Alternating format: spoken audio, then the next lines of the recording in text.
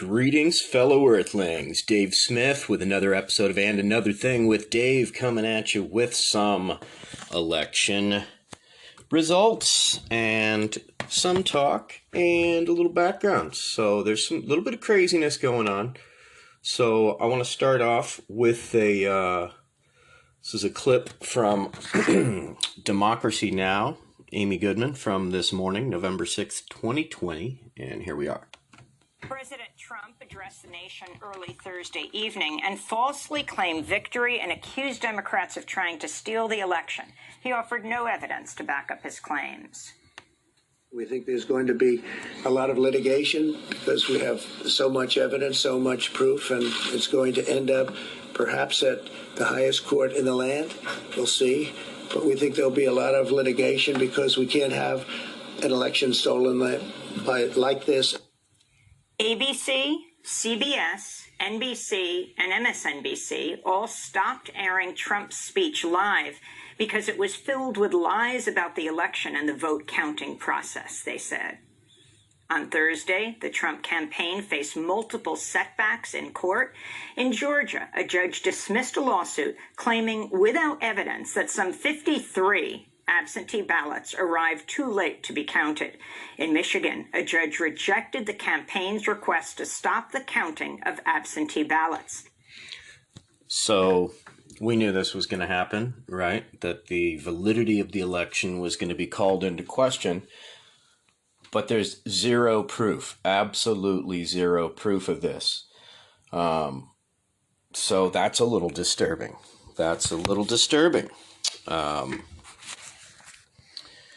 And here's another clip from Democracy Now! This morning that I want to play for you as well.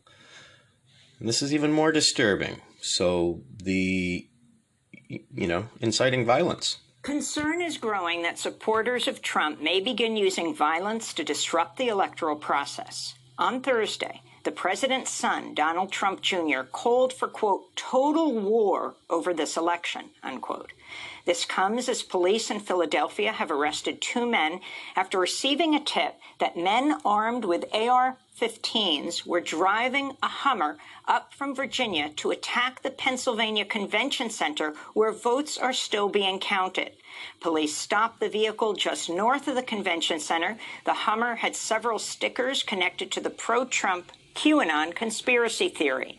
Meanwhile, election officials are openly saying they're worried about the safety of their staff due to a spike in threats. Wow. So there it is. Full on, people are getting threats. Election poll workers are getting threats. Like, this doesn't happen in a democratic country.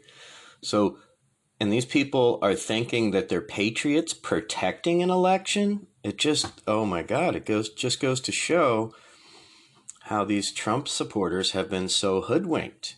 They show up at a peaceful protest with guns to protest the protesters and end up killing somebody in Kenosha and running people over in North Carolina or South Carolina, wherever the hell that was. This is just unbelievable. Like, that's not patriotic. That's called being an absolute extremist, right? All right, so let me see if I can find this clip of what Biden Jr. or Trump Jr. actually said. Okay, so I found the clip of Trump Jr. and here it is. It's a little disconcerting. I think the number one thing that Donald Trump can do in this election is fight each and every one of these battles to the death, so that we get full transparency in the process. And everyone on the Democrat side should welcome this, unless they're actually cheating. Because if they're winning these things fair and square, then everyone would love to know that, because me as an American, I'd like to know that, because I've lost all faith in the process. I think the Democrats are used to this from a Republican Party that hasn't had a backbone. You're not going to see that this time around. That party is gone, and anyone that doesn't fight like that should go with it. So what a gaslighting piece of shit Donald Trump Jr. is Now, what Republican Party is he talking about that just rolls over and goes away? See, that's total projection. Let's look back at the Gore versus, the Bush versus Gore election. The Democratic Party rolled over and went away and didn't mandate the counting, and the Supreme Court stepped in and stopped the counting. So what in the hell is he even talking about? It's all just hyperbole. It's all just complete rhetoric. But the really disconcerting thing there is that Donald Trump should fight these to the death.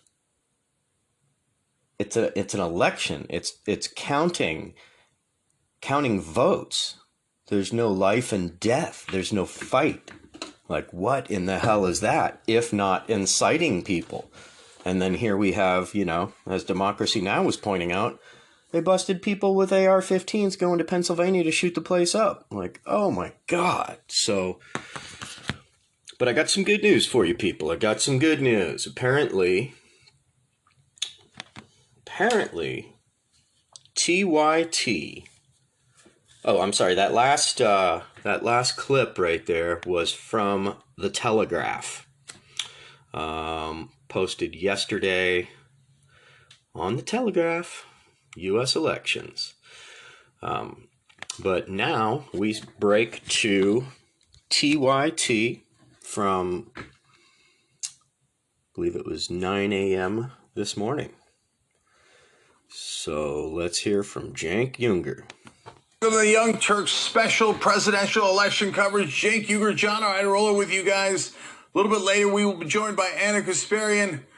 And boy, do I have good news for you guys. Good news. What good news? All right, you guys ready for it? Economy? Yeah, John, you ready for it? All right, here we go. Ladies and gentlemen, we got him. Down goes Donald Trump. Down goes Donald Trump. Down goes Donald Trump. Joe Biden, next president of the United States of America. Oh, that is a relief. Oh, thank God. So, it's over. Now, let me give you the details. Overnight, Joe Biden, the president-elect, took the lead in Georgia. This is the best part of all. The district that gave him the lead was John Lewis's former district. Makes you believe in prayer a little bit. Biden will likely win Arizona, and some exit polls indicating it is because of anger in Arizona over what he said about John McCain. So, by the way, that's John McCain twice against Donald Trump, on Obamacare and now this. So, who's the sucker and loser now? Donald Trump. Okay, I'm not a McCain fan, but that's a nice piece of poetic justice. And then Biden also took the lead early this morning in Pennsylvania. And the reason why we've called the election and Decision Desk HQ has called the election is because it's over. All the remaining districts in Pennsylvania, Georgia, and Nevada are overwhelmingly Democratic. So Biden will definitely win those three states, let alone Arizona, which is half called. And John, if all of that happens, as is very likely now, Joe Biden will have 306 electoral college points. And from what I hear from Donald Trump, that's a landslide, because when he got 304 electoral college points, he said it was an overwhelming landslide, like no one's ever seen before. So I guess he lost like no one else has ever seen before. So there it is. Booyah. The chump is gone, barring some horrible scandal. So let's hope and pray that there are no more nutbags out there with guns trying to stop the remaining votes from being counted or whatever. But anyway, good to have this one behind us, huh? Not that I'm a Biden fan, and not that I think a whole lot of things are going to change, but at least, we got rid of the orange clown. Anyway, thanks for tuning in. Peace out. This has been And Another Thing with Dave. If you dig what I'm doing, picking up what I'm throwing down, please do share with friends and help me grow the podcast. Peace out and keep fighting.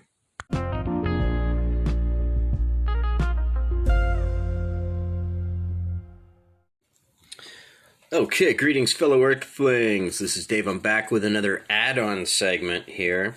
Bernie Sanders released a 6-minute, 5-second speech on Facebook, and I want to play that for you here. He's talking about the results of the election and what we have to work on in the first 100 days of Joe Biden's administration.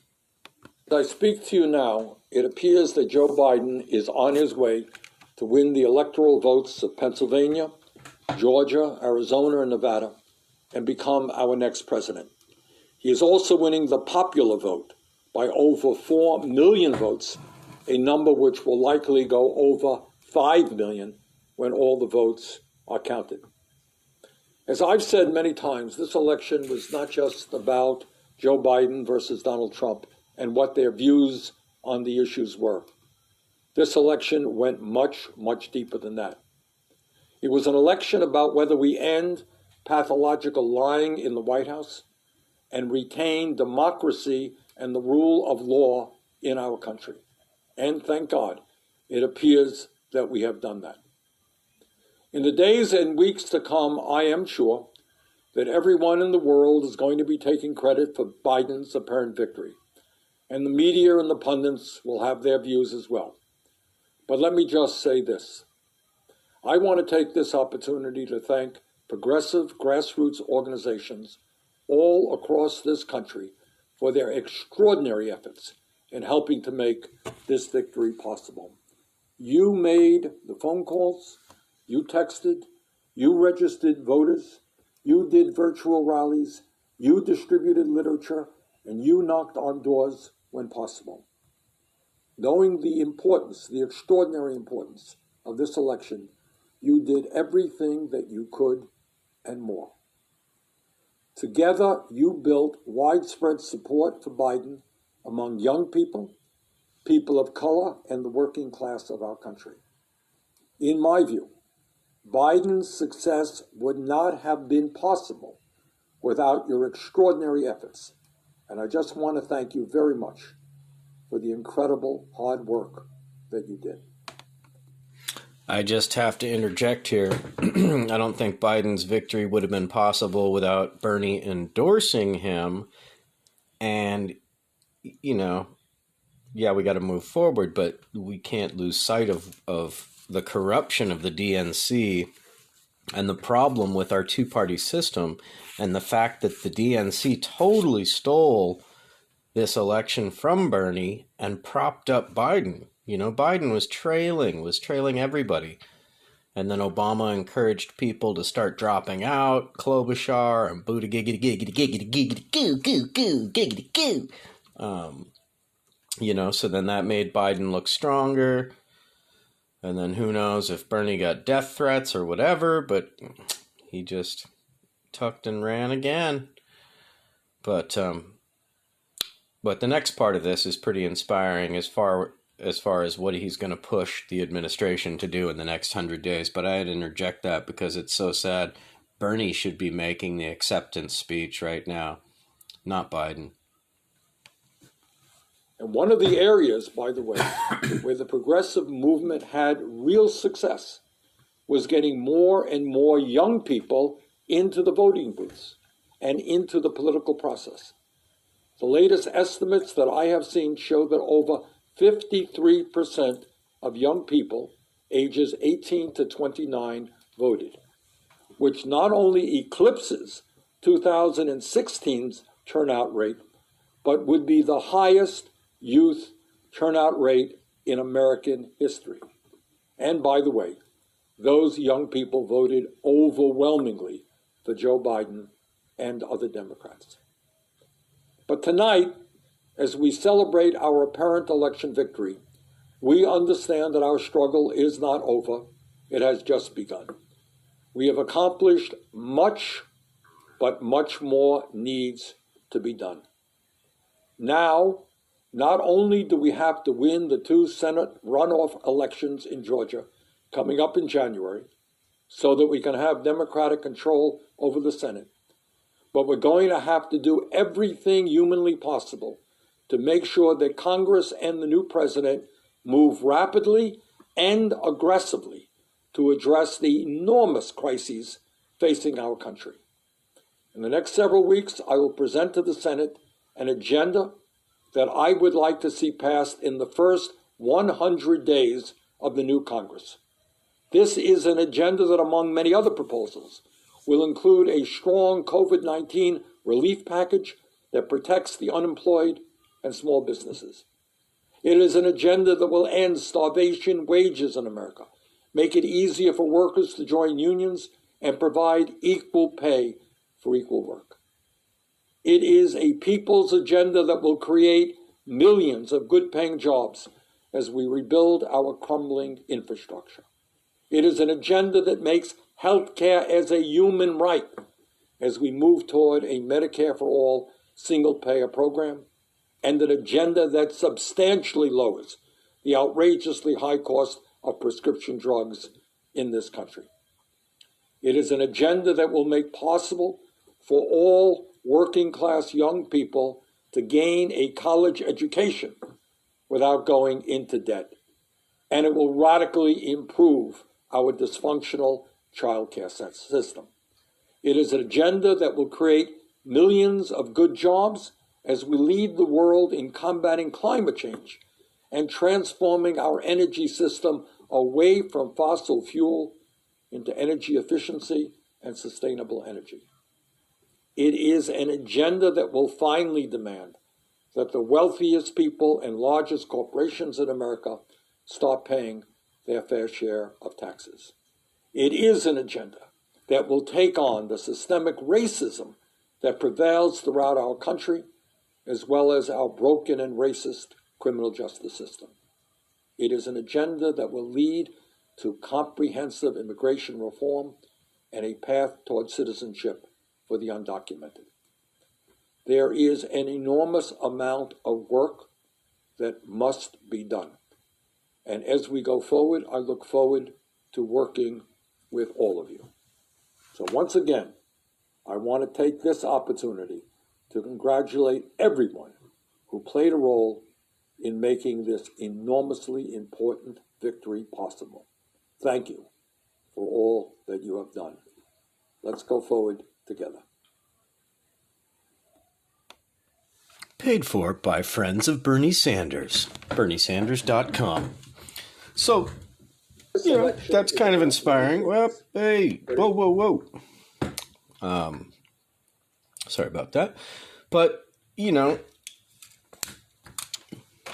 it's going to be interesting to see, you know, will Biden's cabinet listen? Will they, you know, what bargaining chips does Bernie have, you know? I don't know. If he can get the Medicare for all passed, that would be pretty huge. For-profit healthcare seems evil. I mean, we're the only industrialized nation in the world that doesn't offer single-payer healthcare. Like, you know, profit over people, once again. So, anyway, just thought I would include that clip of Bernie to wrap things up in the post-election announcement there. Peace out.